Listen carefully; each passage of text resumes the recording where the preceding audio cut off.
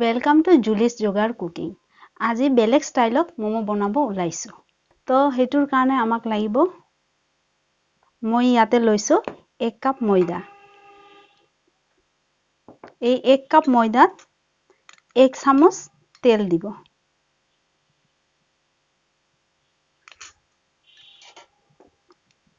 আৰু এটো অলপ ভালকে হানি লব। ভালকে যেন মিক্স হয় তেলটো ময়দাৰ লগত। মোমোটো সবে খায় বজাৰত কিন্তু এইবাৰ ঘৰত বনাই বেলেগ ষ্টাইলৰ মোমো ট্ৰাই কৰি চাব সকলোৱে ভাল লাগিব। এতিয়া এটো আমি পানী দি হানি ফালে এটা ডো বনাম। যেনেকুৱা আপোনালোকে ৰুটিৰ ডো বনাই সেই তেনেকুৱা বনালে হ'ব কিন্তু বেছি পাতলো হ'ব নালাগে বেছি টানো হ'ব নালাগে অলপ অলপকে পানী দি থাকিব ইয়াতে আমি আকৌ বেলেগ বস্তু একো দিয়াই নাই অকল তেল দিছো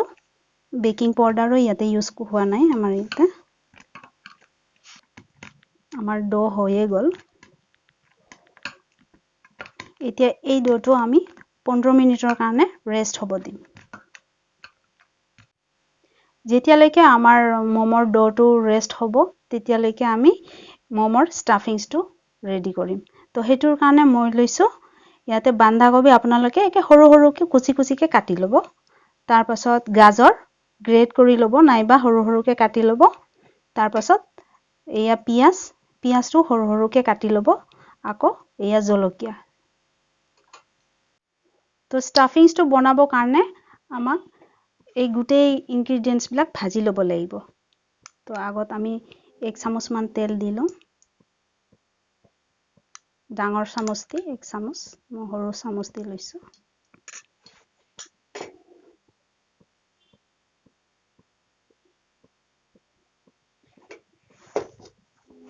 তেলটো গৰম হোৱাৰ পিছত আগত জলকীয়াখিনি দিব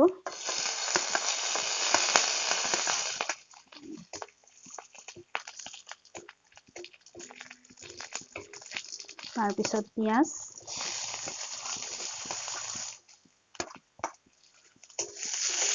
এটো ষ্টাফিংৰ কি ব্লাক ভালকে ভাজিব নালাগে অলপ ইয়ে ৰাখিব লাগে মই ভাজি আছো অলপ এটো কেঁচা যোনটো কিটো থাকে নহয় কেঁচা ভাৱটো গুছাব কাৰণে এতিয়া বান্ধাকবি দি দিম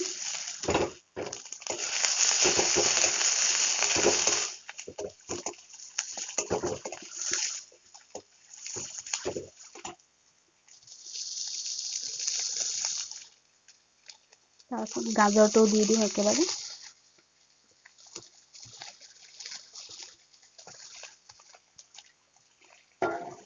ইয়াতে নিমখ দিব নালাগে অকল আমি অকণমানহে ভাজি নেকি বান্ধাকবি যোনটো এটা কেঁচা কেঁচা টেষ্ট থাকে নহয় হেতু নাইকিয়া কৰিব কাৰণে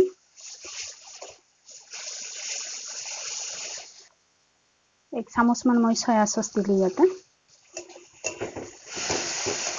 গেছটো অফ কৰি আমি এইখিনি এতিয়া ট্ৰান্সফাৰ কৰিলো এটা বেলেগ প্লেটত ট্ৰান্সফাৰ কৰি তাৰপিছত ঠাণ্ডা হ'ব দিম এতিয়া আমাৰ এই ষ্টাফিংছখিনি বেলেগ এটা পাত্ৰত আমি উলাই লওঁ আৰু এটো আমি ঠাণ্ডা হ'বলৈ দিম আমিতো নিমখ দিয়া নাছিলো এতিয়া আমি ইয়াতে নিমখ দিম যেহেতু আমি আগতে সয়া সস দিছো সয়া সসতো নিমখ থাকে সেইকাৰণে অলপ কম পৰিমাণৰে নিমখ দিম মই ইয়াতে 1/3 নিমখ ইউজ কৰিছো আৰু এইখিনি ভালকে মিক্স কৰি লওঁ এতিয়া এটো আমি ঠাণ্ডা হ'বলৈ দিম 15 মিনিটৰ পিছত আমাৰ এই ডোটো এই হৈ গল এতিয়া অলপ মাৰি লওঁ আমি এতিয়া আমি সৰু সৰু ৰুটি পুৰিৰ দৰে বনাম পুৰিতকৈ অলপ সৰু হ'ব এটো এইখিনি মান আৰু এটোৰ যি আমি পুৰিৰ সাইজে বনাম অলপ এইটো ডাস্টিং কৰিলো ময়দাত এইটো বেছি পাতল নকৰো আমি এনে সাধাৰণত মমো পাতলকৈ বনাই কিন্তু এইটো যি হয়তো অলপ বেলেগ ষ্টাইলত বনাই আছো বইল কৰিম এইটো আমি সেইকাৰণে এইটো অলপ মোটাকৈ বনাব লাগিব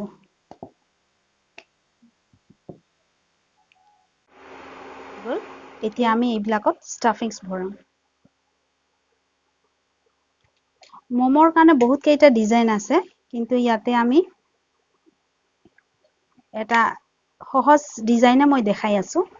যোনটো সকলোৱে পাৰিব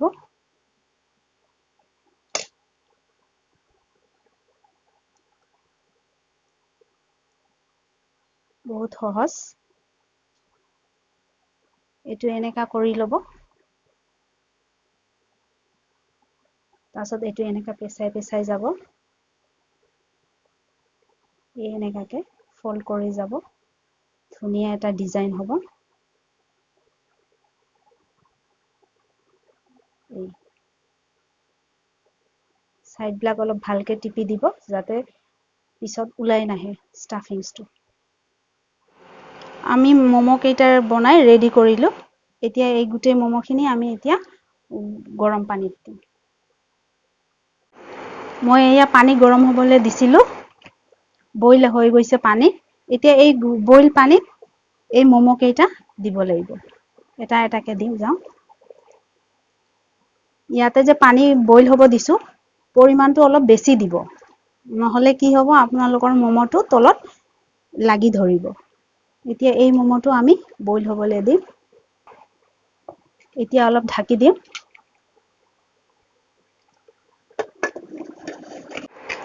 এতিয়া অলপ সময়ৰ কাৰণে বইল যেতিয়া হৈ যাব তাৰ পাছত অলপকে আধা কাপ মান আমি পানী দিম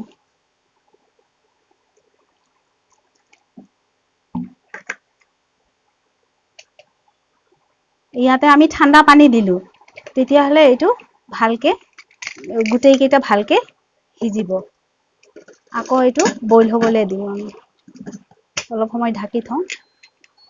2 মিনিট মান অলপ বইল হওক এই পানী দিয়া সিস্টেমটো দুবাৰ কৰিব লাগে এবাৰ দিলো তাৰছত আকৌ খুলি আকৌ আৰু এবাৰ আমি ঠাণ্ডা পানী দিম এইফালে আমাৰ মমো বইল হৈ আছে সেইখিনি সময়ত আমি মমো চুপটো বনাই লওঁ তো মমো চুপটো বনাবৰ কাৰণে ইয়াতে ল'ব লাগিব আমাক 2 চামুচ সয়া সস 2 চামুচ সয়া সস ললো তাৰ পাছত আকৌ 2 চামুচ আপোনালোকে ভিনেগাৰ দিব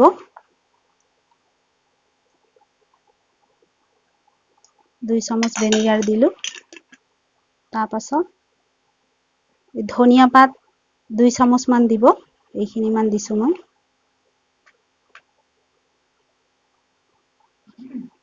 তাৰ পাছত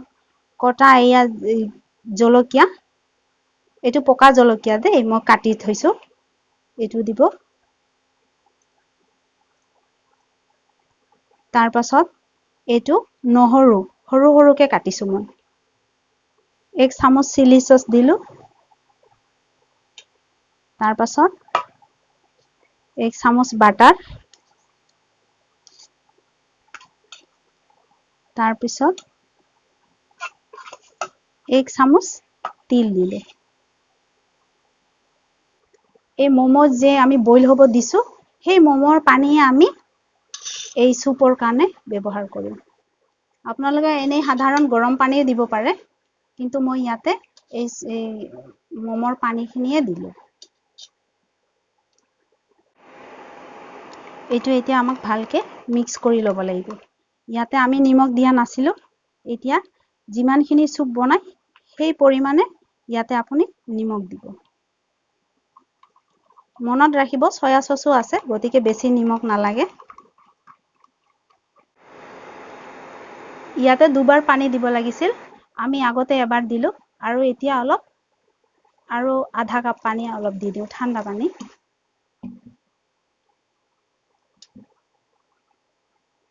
তাৰ পিছত আৰু অলপ ঢাকি দিব আমাৰ এয়া মমো হৈ গল